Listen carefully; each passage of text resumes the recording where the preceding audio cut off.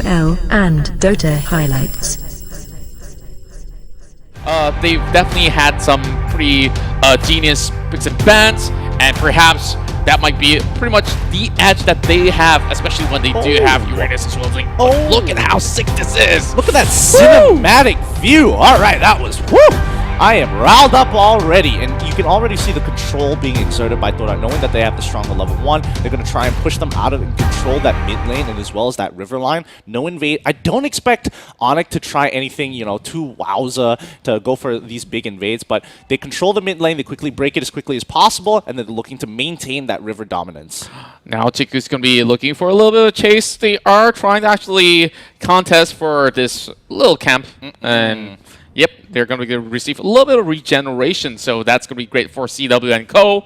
And now moving in towards the jungle. Of course, we heard about some changes in the jungle as well, as well as lane. So that's where you see parties have definitely shifted on that sort of the early skirmishes, and seems like Anti-Mage soaking a little too much. Yeah, for Mezzy, making sure that any rotations or anybody trying to go for these smaller camps instead of the buffs as an invade, it's really good to stop them from it, especially in the earlier stages of the game, because even though the gold has been changed a little bit, the EXP hasn't, and getting to level 4 is the main objective for both of these teams. So I can definitely understand the plays, and the amount of priority is to control that river line. Yeah, and I'm looking at all these players, both Todak as well as Onic Esports. They do respect each other's territory quite a fair bit, but looking at the side of Todak, they are looking for a dive, knowing that Anti-Mage will be pretty much a hassle to deal with once he hits his level 4. But speaking of level 4, CW is already at it, and this is going to be a big concern here because X-Ray's got to make a move. Yeah, he quickly is using his mobility with the Jikundo to get out of there, and it looks like they want to trade top turret very early on here, but I don't think they have just enough. They don't have enough damage yet, but Todak making the move here, trying to get the ejector onto Rasi, but he quickly flickers away. But they do get the dominance ice onto Sasa. They get a catch up to CW. Now it's a 4v4. 4v5, not looking like a very good idea here as Anip tries to get out of the Steel Tempest. He gets knocked up almost instantaneously. Ling is going to be traded. That's actually not too bad of a trade considering considering who and the roles coming into that fight. Yeah, I do think that it's pretty much even if we even look into its goal graph, it's just very slight margins because of the first blood. But you know, I would rather have CW being suppressed for a little bit, and it shouldn't have too much of a concern to get by much later on. Rassi's going to be regenning for a little bit, back in towards the respawn he goes. Well, it's just going to be the Battle of the Titans over the bot side. Yeah, and it looks like, you know, Baxia is doing a really good job, especially with his Toys Poissons, allowing him to kind of negate the healing from Anti-Mage every single time he tries to use that concentration. So it's a pseudo counter, but again, we're talking about Uranus here, who doesn't really interact with the lane or the laner themselves for the most part. Oh, this is a really big catch here. It looks like Anim just got caught out by the fatal links here. Moon coming in a little bit slightly late, and he's chasing Ling around, but he has just enough energy to bail on out. Moon's in a lot of trouble as he takes in quite a bit of damage from the Feather Airstrike. He's going to be going down. Baxia in the backline, he's completely trapped. He's probably going to be next on the chopping block as Esmeralda going through Riverside to make sure nobody helps him out. And yeah, he manages to walk away scot-free. Looks like Baxia does have enough toughness to keep himself alive. I'm looking at that sort of engagement, which I felt was a little bit questionable. They kind of already lost a little bit of that sort of momentum right there already, and they still chased right in towards Onyx's jungle, which I felt wasn't really the wisest of decision, because you are at the same time losing some gold as well as EXP while on it. I feel like you can actually let go of that. Seems like a Blazing Duet will be used by Chiku just to get himself up above the rest. He's already level 8, and now he's looking for a pickoff already. Yep, looks like Todak wants to keep that control there. And you know, just because of that one death from CW, he's actually only level 7 while Chiku is level 9. So he is down. Technically, he should be very, very close to level 8, but overall, he's just a little bit down in EXP, and Chiku has been free farming this entire time. They haven't been able to punish him just yet, so he's going to come online very, very soon. Well, in terms of resources, they're really putting all their eggs in one basket, but you know, with that sort of marksman being the beefiest unit of them all in terms of damage. So, of course, he should actually go in for a little bit of that contest, but seems like Onic Esports will be able to actually secure the very first turtle of the MPL Invitational 4 Nations Cup. But oh my, seems like they did get a catch, but not the catch that they wanted. This is a whale if it's a fish in the ocean. Dude, this is just like Uranus. This is just Uranus things. Only Uranus can do this, man. Like, nobody else can really just walk in and be like, I don't really want to deal with this guy, you know? And you can see even Mezzi is just like trying to get to his turret. It's just like, oh, I have to deal with him. But he also is very aware that Ling is trying to take his turret. He successfully does so, and Baxia, just unable to clear the way or get even close to the tower, is unable to help. And of course, back in towards the middle lane will be the focus of Onic Esports as well. Of course, they don't really want to focus over the side of Uranus. Dream being brought down to 35%, and now Rassi's going to be chipped off for a little bit as well. But looks who's stuck. It's going to be CW, but he does land his ult into its tree, and the Fatal Links will connect, but it will be one going down in the form of the Jawhead. And well, pretty much a big trait, and X-Ray's pretty much caught up by himself as well. This is going to be the Turk member being brought down there. And of course, Todak loses way too much out of that. Yeah, Todak. It's really frustrating to see this fight go down because it shouldn't have begin in the first place. It's all dependent on Chiku. Look at that, yeah! Chiku is literally all of their damage. Everybody else from the side of Todak is just a punching bag for Onic Esports. The amount of damage that Chiku can pull out is so much more. Even Sasa hasn't hit critical mass yet, and being down 3 levels against someone like Chiku, who already has the Demon Hunter sword, yes, it doesn't do as much damage as it used to. We get it. We totally get it. But it doesn't change the fact that once you have the golden staff, it's still a power spike. It's not as strong as it used to be, but it's still a power spike. Yes, indeed. And speaking of a little bit of power, it seems like animation will be melted to 20%. But Chiku could not commit any further, but here comes the Lynx pulling it back! My goodness! Beautifully connected onto 2. And of course, Ling will get 1 as well, but Drians will suffer some hit at the back as it seems like 4 mates will be assassinating him. And here comes CW once again. 3 more members down for the side of Todak. He cannot run away from this. And yeah, the moment Chiku dies, the rest of Todak just have to run away or stick together or figure some way out of this. And even though Chiku does have the Purify, how do you react to that? Rassi came in so quickly, preemptively using his ult and flickering forward to catch him off guard, to catch Chiku off guard. A really nice play. However, he's not going to be able to do that again for another minute and 2 seconds. Yeah, and to add on top of that, Purify has definitely been nerfed, and yeah, this is rough. Like, seems like Toda has nowhere to hide inside their own jungle, but of course, payback time in terms of Animage. And, well, the airstrike being released so far, they're going to be able to actually secure 2 to 3 towers already for the side of Onic Esports. Now, gold definitely swings in favor for the Indonesian side, and this is the reason why everyone's been raving about this team. Yeah, and you know, Onic Esports is they feel like they found their stride. You know, with the addition of Rassi and Sasa, they've been really performing out of their minds ever since MPL Indonesia. Even in the playoffs, both Rassi and CW have made a significant impact for their team, which is really good for Onic, who desperately needed a new flavor. And you can see that they're taking objectives rather easily now. There's nothing Todak can really do to stop them at this point of time. The rest of the members and the supports are so under leveled, except for Chiku, who's just been funneled this entire game.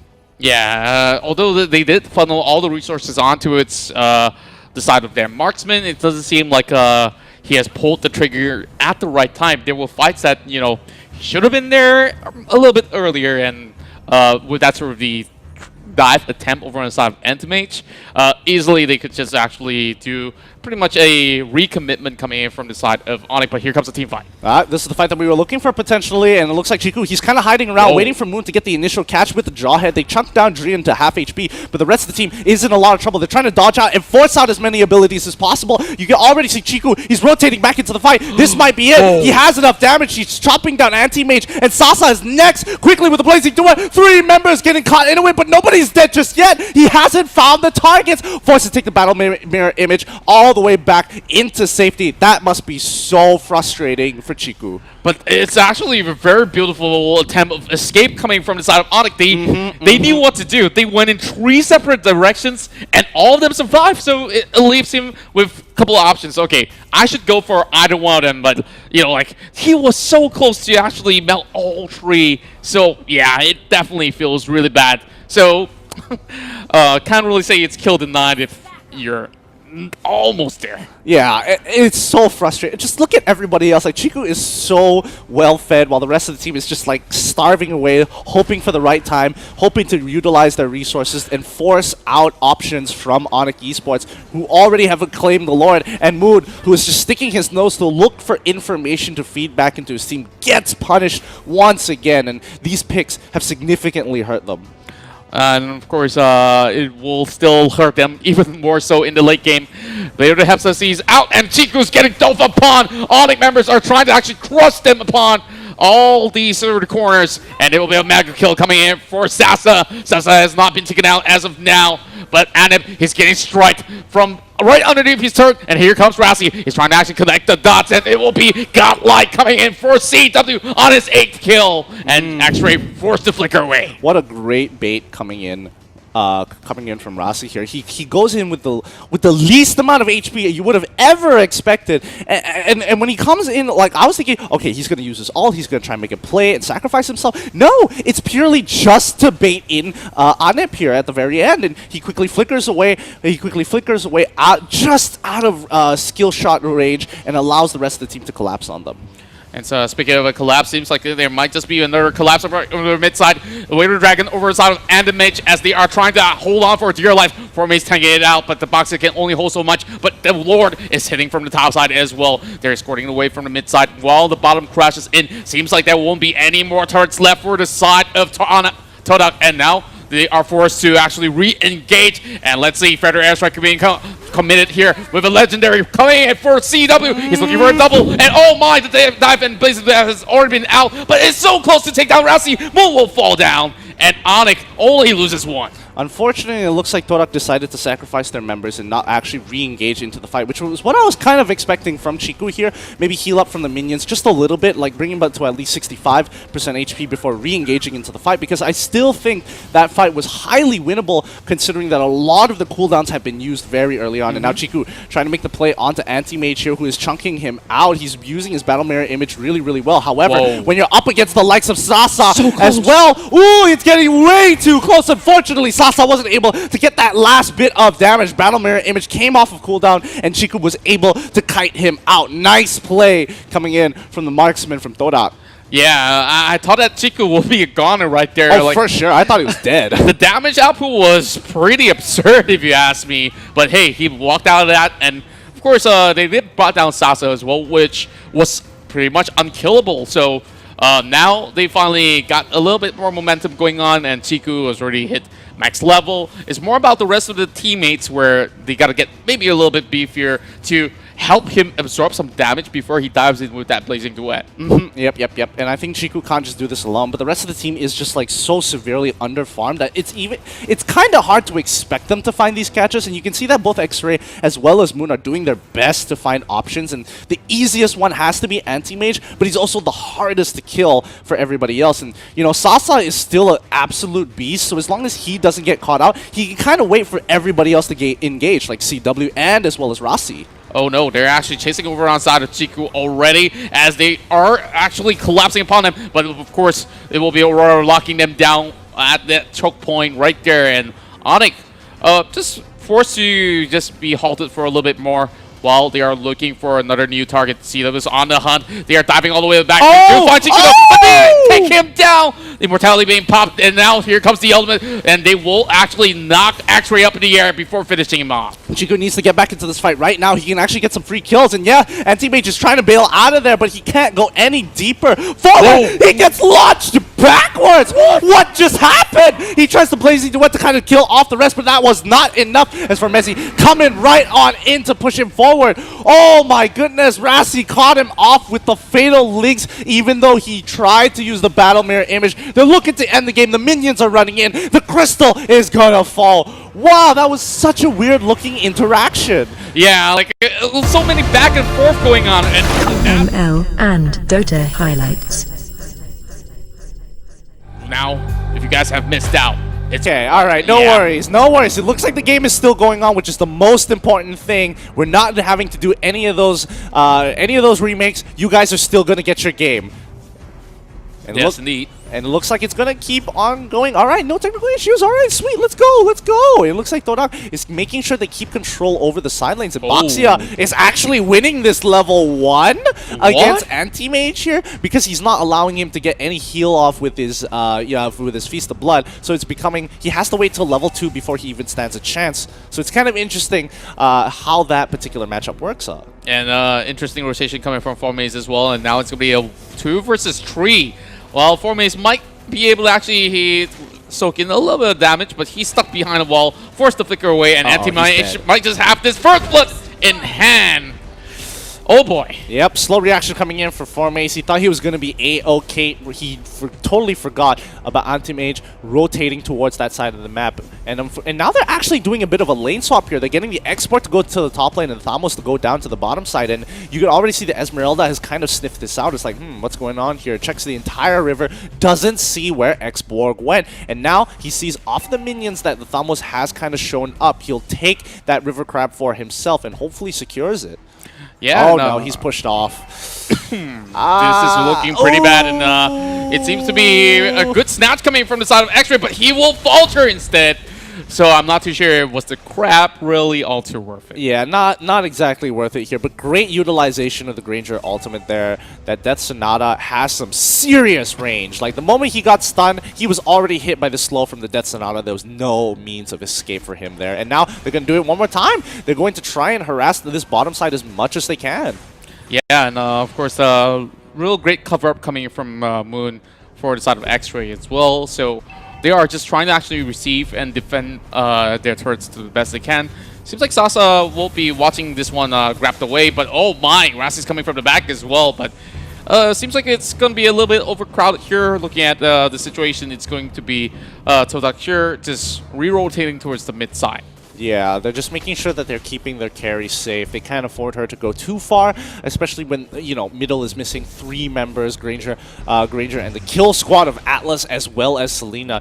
Very powerful combination. 1 CC and it could be over for you. Even getting caught by the Death Sonata might spell your death. Yeah, I think that the damage output will be way too much to take in if that's the case. And it's going to be pretty much a long, hard-fought battle right over the bottom side as we see X-Ray trying to actually stop that sort of a proxy going on. But oh my, here comes the pop of the health! And instantly deletes off Moon. There's not even a single chance for him. While E1 being dropped down low, which means that Onic has pure security over on towards the first turtle of the game once again. Oh, it looks like Chiku was able to get an initial kill onto Anti-Mage as well, so I guess that is some kind of retribution at the end of the day. But once Onic gets this ball rolling, it's very hard to stop them from snowballing. We've seen them time and time again do this, and now Sasa on the chopping block as Formaze breaks his Firaga armor. That's very important because now they can set up a dive before he gets that Firaga armor back. Yeah, and while they're at it, this is going to be really rough, and yeah, no chance at all. But Rass is going to be coming in, trying to actually connect the Fatal Links, brings E1 back, and this kill trying to be distributed towards the side of CEW, and that took long enough for that killing spree. Yeah, they trade 1 for 1, but that's not too bad. Sasa goes... Oh, wait a minute. Another catch downing on the bottom side, but Anti-Mage is playing this really, really well. His ultimate is keeping him alive. And Todak, they just move away, wait for the cooldown, wait for him to use one of his abilities, waste his cooldowns, and come back in for the final blow. And Mezzi trying to clear that way with the Tortoise Poissons, but that's nothing much when it's coming up against Onic CW, where he's got literally every buff in the game stacked on him. I'm not too sure if that was a wise move for the side of Formaze. After all, he doesn't seem to be all too familiar with that sort of rotation that Onic has been pulling up lately. And now, one more team fight breaks out over the mid side. Yep, and the mid side is getting sucked back in the Fatal Links. And once again, Rossi making sure that they are picking off their supports. They're making sure that they are really, really weak in these stages of the game. And they are being extremely proactive, considering that Todak was supposed to be the ones being a little bit more proactive within this game. Yeah, and I felt like they gave in a little bit way too much of that pressure. As we are looking at only 5 minutes, there's already 6 kills in the back, and yet another turret falls towards the bottom side. Drian tries to secure that camp for himself, but look at Formaze. We'll just respect a little bit of that sort of territory control, while there's another turtle up for grabs if they want to actually go for it. But, you know, there's still the pressure from the top lane, so Anti-Mage is definitely going to go in for that push. So if they do commit to this, it might not end well for the side of Todak. Yep, they're going for the invade as well, and the rest of the Todak members are getting chunked down one by one. Moon is using his feathered airstrike, but again, they've chunked them but not killed them just yet. Rossi's still alive. He refuses to go down as CW, just kiting them in the back. He has done so many rondos already to get on out of there. Sasa, he should be able to break it out, but the Firaga armor still holds strong as Bormaze, trying to secure the kill, jumps over the wall, sees 3 members, and realizes this isn't worth it. That Firaga armor hasn't broken. Anti-Mage jumps right on top of Moon. Moon is unable to get on out of there. What an abyssal arrow coming in from Drian. Pinpoint accuracy. That was such a perfect shot from the corner of the bush, and he was just baffled, stunned, unable to even move an inch. So now with that sort of pickup, they have so much more room for perhaps some invasion towards the top side, and E1's getting caught out once again. This is going to be a monster kill going over the side of CW. 2 games in a row, he's aiming for that double-digit KDA coming in this way, and hopefully another MVP title that's probably going to be coming in by the end of the game. Yeah, and Sasa coming in with the last insanity, trying to chunk out Baxia as much as he can, but it's really not going to matter too much here in this particular situation, mainly because, you know, Onic Esports, yes, they have a very good trigger finger. They know when to pull it, and every single time Todak has fallen into it without fail. Todak can't seem to fake Onic out to waste resources without it being underutilized. Onic, every time they press a skill, they press a button, they have a purpose, and they are looking to punish. Yeah, and let's look into some itemizations right now. Of course, we got the BOD on the side of CW, and once again, that's the trigger finger. Yep, definitely pulled it at the right time, and that's a really great catch over the side of E1. And you know, we expected the Kufra to do a lot from the early stages, but now here comes another catch over the side of X-Ray. They are trying to actually disengage as Rossi gets picked off there, as the Esmeralda will go in for that chase. For Mace now going over on towards the corner, and he's running for his life already. That's a double kill going in favor of the side of Todak. Yeah, Chiku getting eventually run down by the members of Onic Esports. Unfortunate, but they trade again another 1-for-1. That's not too bad, honestly, considering that Todak come up on top of that trade. So honestly, it's a bit of a win for Todak here, but Onic Esports is going to hit their second item power spike, and that's going to be pretty devastating considering at what stage 8 minutes into the game. Lord is coming up real soon after this turtle. Now, of course, the turtle attempt will not be contested once again. Onic really has a way to actually secure a lot of all these objectives pretty much fluently. They don't really seem to have any issues when they go in for any sort of commitment. So far, every single move that they have been doing has been pretty much very well calculated, which is why, you know, it's really hard when you are pretty much far behind in terms of goal. Yep, and now they're going to keep on pushing forward or looking for some sort of advantage to give Chiku some space to farm. They break that top tier 1, and they're looking again. They look to stay for a little bit too long, and Chiku, he already recalled. I'm not entirely sure what the rest of the Todak is doing. Are they trying to recall? Are they trying to fake a fight? And even though they tried to fake a fight pretty well, they get caught out once again. Oh, Moon getting hit by every single shot of the Death Sonata have given the green light for Onic to crush on down, to take down these inhibitor turrets, and look to end this game. Of course, without minions, there's still no problems for the side of Onic Esports. They are trying to actually look for another opening from the top side, but the minions are a little bit too far off, so they are heading towards the bottom lane for that. Well, there's going to be less than a minute before we see the spawn of the Lord. Maybe they might actually go in for that as well to perhaps close out this game itself. But Forbase might just actually try his best to pull up some minions, but looks like we have another one. Getting suplex like that from Rasi is just nasty. Like, what else can I say about it? He got sucked in by the Fatalings, and the rest of the team just put him in the dirt. Like, there's nothing much I can say about Chiku and Moon. Once again, they've been caught out. Malefic Roar just being bought by CW. If they want to break that crystal, they can do it whenever they want at this point. And the rest of the Todak members are just trying to clear out that wave. Oh! For Maze, with all the items that he has, still unable to do much. Last Insanity jumping right on top of that Kufra. Next is going to be X-Ray biting the dust. And now, Onic, they've dominated this match long enough. It's time to end it. Yes, indeed, and now they're rushing all the way in. They want the very final blow, and here comes that suplex that we're talking about, baby, as we will finish off with 2 points for Indonesia. Onic Esports secures the game. Oh, what a game! That trigger finger. ML and Dota highlights.